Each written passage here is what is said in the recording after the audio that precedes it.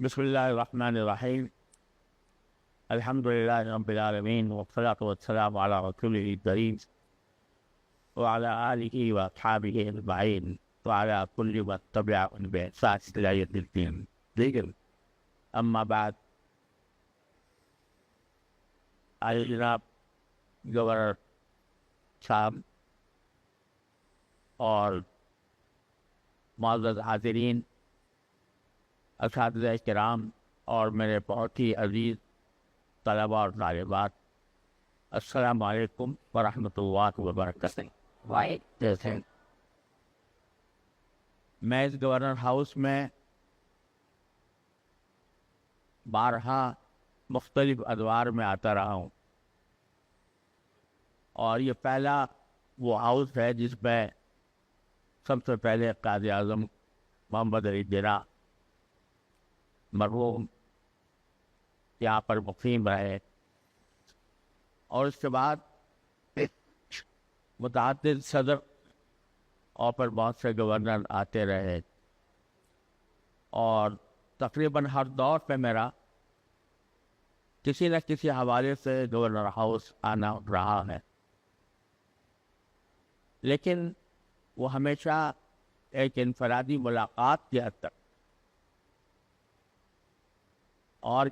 میں نے کبھی خود سے خواہش ظاہر نہیں کی کہ میں گورنر ہاؤس جا کر دیکھوں، گورنر ہاؤس میں جا کر گورنر صاحب سے ملاقات کروں، لیکن یہ ایک منفرد واقعہ ہے کہ گورنر صاحب کئی مرتبہ میرے پاس تشریف لائے اور اپنے کچھ کارگزاریوں کا ذکر فرمایا۔ ہر ایک آدمی اپنے جب کسی منصب پر پہنچتا ہے تو وہ اپنے کارگزاریاں کو سب کچھ بیان کیا کرتا ہے، لیکن انہوں نے جو باتیں بیان کی اور میں نے ان سے سنی وہ اتنی انقلابی نوعیت کی تھی کہ میں نے ان سے یہ گزارش کی کہ میں خود اپنی آنکھوں سے جا کر وہ دیکھنا چاہتا ہوں۔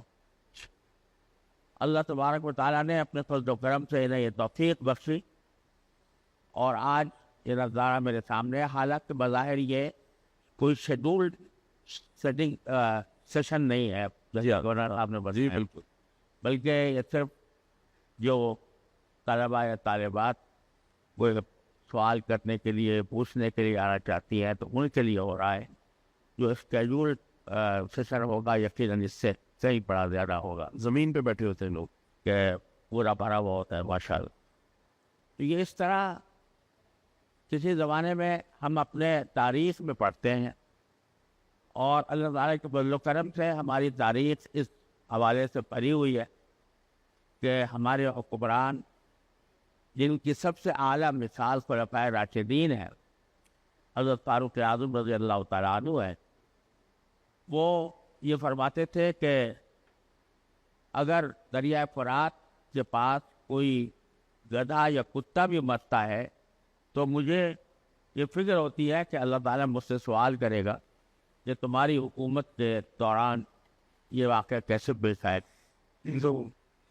اور اس کی وجہ سے وہ حضرت فاروق اعظم رضی اللہ تعالیٰ عنہ وہ راتوں کو اٹھ کر گلیوں میں چکر لگا کر دیکھا کرتے تھے کہ کون کس حالت میں ہے اور وہاں پر کیا ہو رہا ہے۔ اللہ تبارک و تعالیٰ نے اپنے فضل و کرم سے یہ توفیق ہمارے گورنر کامران رسولی صاحب کو بخشی کہ انہوں نے اس روایت کو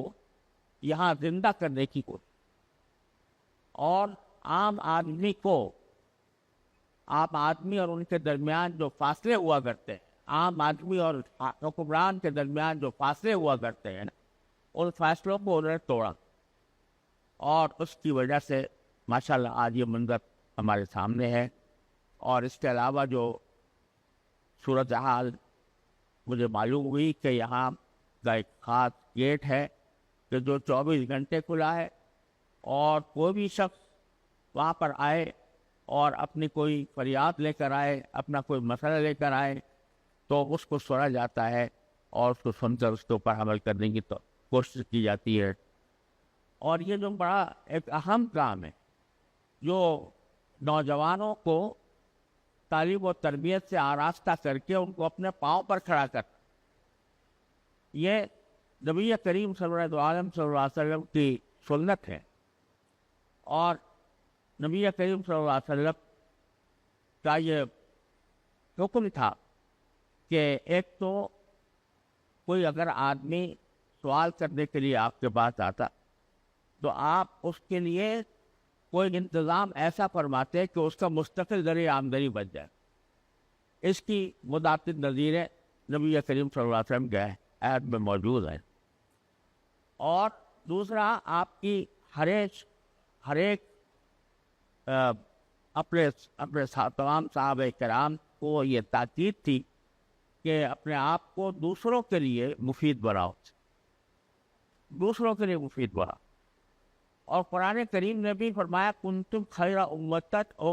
اخرجت للناس، تم بہترین وہ امت ہو جو لوگوں کے فائدے کے لیے پیدا کی گئی ہے، لوگوں کے فائدے کے لیے پیدا کی گئی. تو آپ نے مختلف ایسے اعمال کا ذکر کیا جو بڑے نیک اعمال ہیں اور جن کے اوپر اللہ تعالیٰ نے بڑے جنت کے وعدے فرمائے ہیں. تو ایک صاحب نے پوچھا کہ اگر میں وہ کام نہ کر سکوں تو پھر یہ فضیلت مجھے کیسے حاصل ہوگی؟ تو آپ نے